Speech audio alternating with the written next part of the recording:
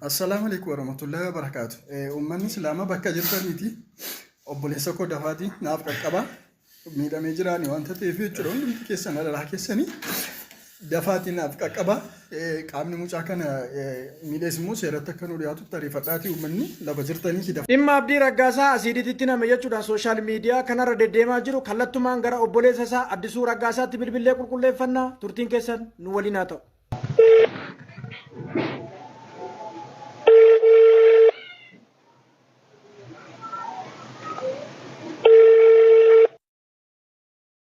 Adda nagaa sifaatu akkam jirta fayyaa keedha?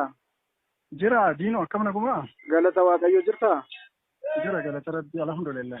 Maaltu ture maaltu uumame waa'ee obboleessa kee wal qabatee viidiyoo maxxanaa jiru tokko arginee isa qulqulleeffachuudhaaf barkeetti bilbilee miidiyaa kanarra kan deemu wanta qabatamaan qabnedha sirraa ragaa qulqulleeffachuuf maaltu ture? Diinoo ko barana sun akkuma ganamuma suubii barii salaatu dhuma afanaa nan dhagee. Qaamota seeraa naannoo keenya jiran polisii kee akkas ta'ee jira minaamin jedhanii namoonni naaf bilbilanii innaan sobdoo deemanii deebi'ee rafe. Sa'aatii sanatti immoo masjida deemuudhaaf gaafan ka'ee jedhu gaafanii naaf bilbilanii natti himanii obboleessi keenya ajjeefamee namatu meeshaadhaan rukuteedhanii. Okay. Jechuun lubbuudhumaan du'eedhaniiti kan isaan natti himanii jechuudha. Okay. Innaa irra deebiidhaan immoo qaamni seeraa aanaa keenya naa bilbilee abdiin miidhama xiqqoo wayii miidhamee jiraanii meeqa qabii naan jedhe natti hime. Okay. Isumaan amaneenii gaafanii achi gee namoota na dursanii mana Keerlaand hospitaalii geessan gaafadhu asiidiitu itti namneedhanii. Okay. Miira sana keessa galuudhaanii anis naasoo keessa galuudhaan waa akka asiidiin itti namneetti waan hin dhageef asiidiidhuma jedhanii dooktorri achi jiran illee asiidii ta'uu danda'a waan naan jedhaniif. Qaamni asiidii kanatti naqee baramee adda baaftanii? To'atameera abbichi to'atameera yakkamaan tokkos immoo duuba isaa shakkamaan jiru. Hoo jirtu nagaa shakkamaan duuba isaanii jirus immoo qulqulleeffatamaa jiru. Abbaan yakka kana raawwate garuu to'annoo seeraa jala oonee jira kutaa magaalaa Afurii jechuudha. Okay. Naan illee miira kana keessa galeeni beektaa akka wanta asiidiidhaan gubate jedhanii waan natti himaniif gaafa naqee ilaalu wantichi asiidii waan wal fakkaatee jiruuf. Gaafan isallee gaafadhu asiidii ta'uun afaan beeku wanta akkas na godhe waan natti namni hin beeku eessan jiraachaatu waan tureef namoota tokko gaafan gaafadhu asiidiidha waan jedhaniif. Miira kanaan illee poostii godheenii akkasuma immoo dhimma kana immoo waajjira poolisii deemee qulqulleessuudhaaf gaafan naqee jedhu hiriyoonni koo waajjira poolisii achi keessa kan hojjetan poostii gootee namoota walitti buusaa jira wanta ta'eef nu haqinaan jennaan haqeen jira. Kanatu ture diinoo koo wanti jiru kanadha. Okay, qaamni amma wanti duuba isaa jiru dhimma amantiin kan wal qabatudha moo akkami?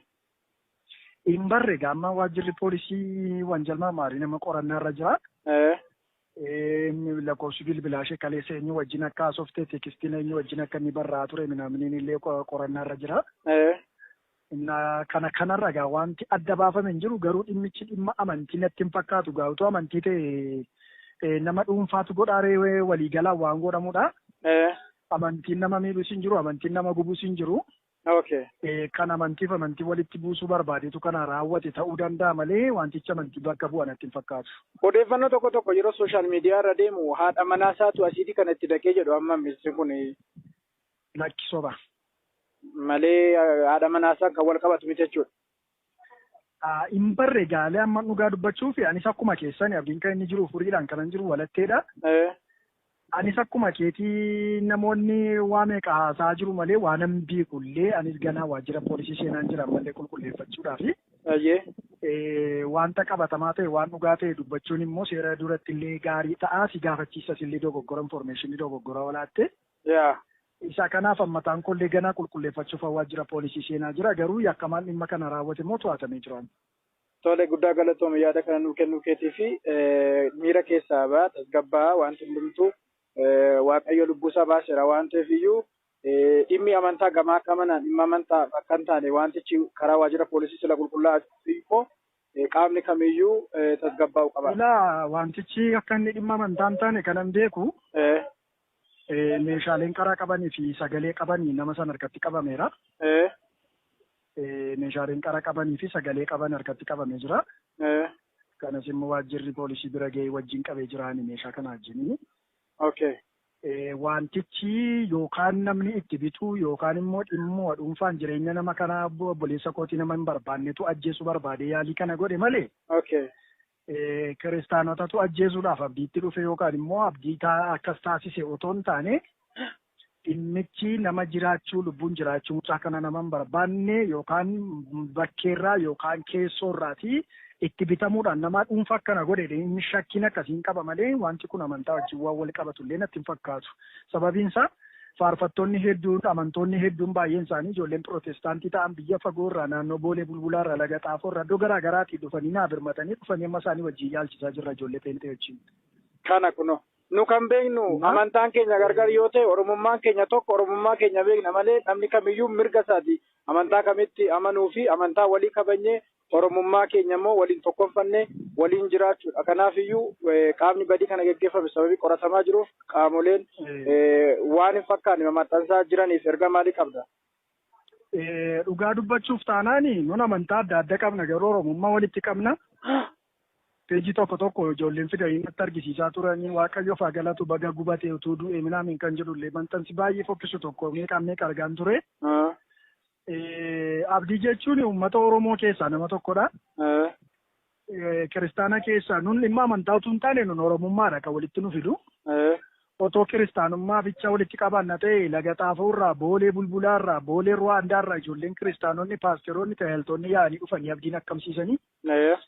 Innaa isa kanaaf jara kanaaf kanan dhaamu yoo jiraadhe yoo waaqayyo keessan sodaattanii yoo rabbi keessan sodaattanii otoo waan miira namaatti bu'u poosti gochuu arrabsoo garaagaraa otoo dhiiftanii jedhee dhiiga oromummaa keessaa immoo dhiiga wareegamtoota keenyaatiin isaaniin nan kadhadhaan.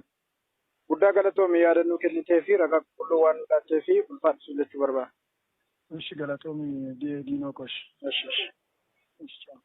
Egaa kana fakkaata waan ta'eef iyyuu nuti amantaan keenya gargar ta'us nuti oromummaan keenya tokkodha jechuudha. Abbaan barbaade amantaa keenyatti haa bu'u, abbaan barbaade amantaa kan isaanitti haa bu'u, garuu kan badii namaa jaallatu hin jiru jechuudha. Akka nama jedhaa jirutti kan obboleessa koo naa yaalchisee naa qaqqabaa tures paastaroota tajaajiltoonni kaleessa wajjin tajaajilaa turedha. Dhimmi kun dhimma amantaa faana walii hin qabatu kan jedhu yaadannoo kennee jira. Dhaggeeffataniitu waan ta'eef iyyuu namni kamiyyuu badiisa obboleessa keetti hin gammadin. Namni kun maaliif jiraataa du'uu qaba akkas ta'uu qaba hin jedhin hin faradin sitti faradamaa jedha. Nama jibbiin nama jaalladhu akka mataa keetti iyyuu jechuudha. Kanaaf iyyuu nuti akka amantaa keenyaatti nama kabajneetu nama jaalannee hammannee wal wajjiniin jiraanna jechuudha. Haa ta'uyyuu malee kaleessa nuti amantaa keenya kan hin ta'inis amantaa biraas kan ta'es amantaa walii kabajnee wal wajjiniin jiraachaa ture jechuudha. Kanaafiyyuu obboleessi kun baga waaqayyoo si oolche siin jechuun barbaada. Amantaa barbaadetti namni tokko dhagaatti isaa amanu waan barbaadetti isaa amanu mirga qaba jechuudha. Kanaafiyyuu maaliif amantaa keenya qeeqaa maaliif amantaa keenya akkas godhaa warri jettan abbaan barbaade waan isa barbaachisu dubbachuu danda'a jechuudha.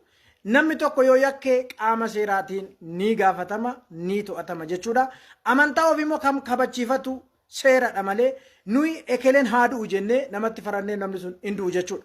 Innaa akkanadha waan ta'eef iyyuu nuti akkuma kaleessaa amantaa walii kabajnee oromummaa keenya tokkoomne wajjin jiraanna jechuudha. Egaa hanga ammatti waan waliin turtaniif guddaa galatooma. Obboleessi keenya Abdii Raggaasaa baay'ee si jaalannaa, kaleessa si jaalannaa, har'a si jaalannaa, baga waaqayyo lubbuu kee baase siin jechuu barbaannaa.